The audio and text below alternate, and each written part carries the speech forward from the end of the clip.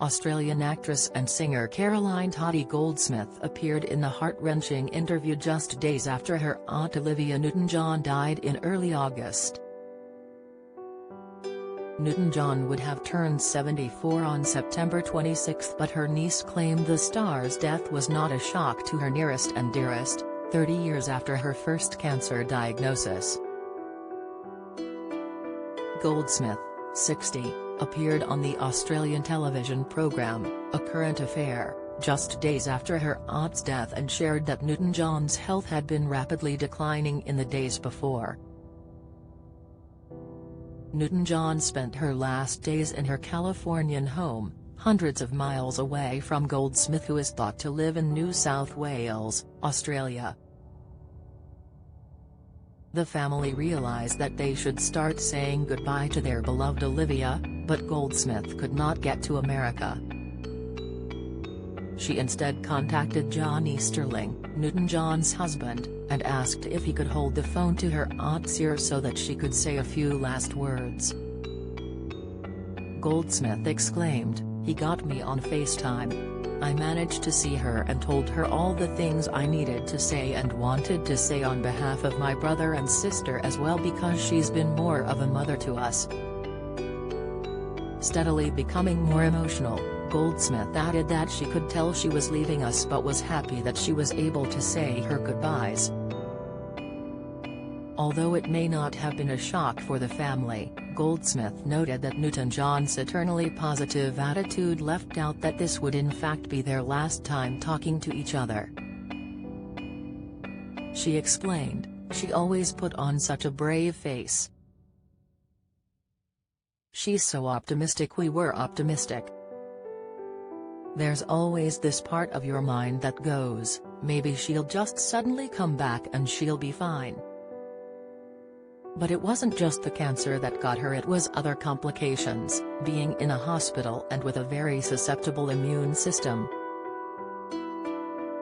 She got secondary infections.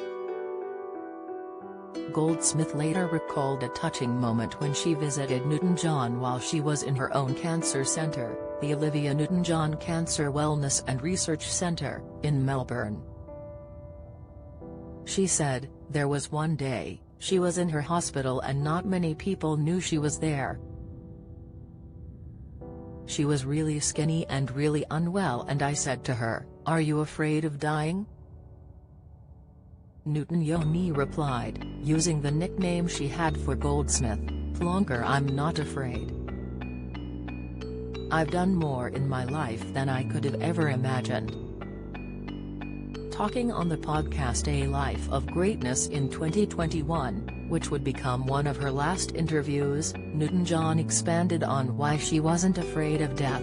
"We all know we're going to die, but I think we spend our lives in denial. It's extremely personal, so it's hard to put into words. I feel that we are all one thing, and I've had experiences with spirits and spirit life. I believe there is something that happens. I hope the energies of the people you love will be there. Don't miss, I think all the love will be there. I'm sort of looking forward to that, not now, but when it happens." The physical singer had first been diagnosed with breast cancer in 1992, and after undergoing extensive treatment was given the all-clear. Unfortunately, in 2013 she would be re-diagnosed and through another round of treatment before once again getting a clean bill of health.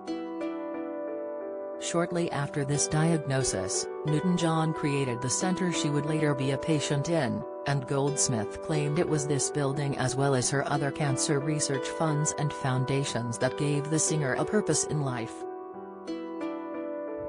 Goldsmith said, "I think the cancer center really kept her going. It wasn't being Olivia Newton-John, it was helping people, and I know that." She was really blown away by the impact she had on people around the world. "I spent a lot of time in there because I worked with her from the ground up before it was even built. I was often with her when she was doing rounds, and the way she touched people's hearts, the cancer center was more important to her than her career.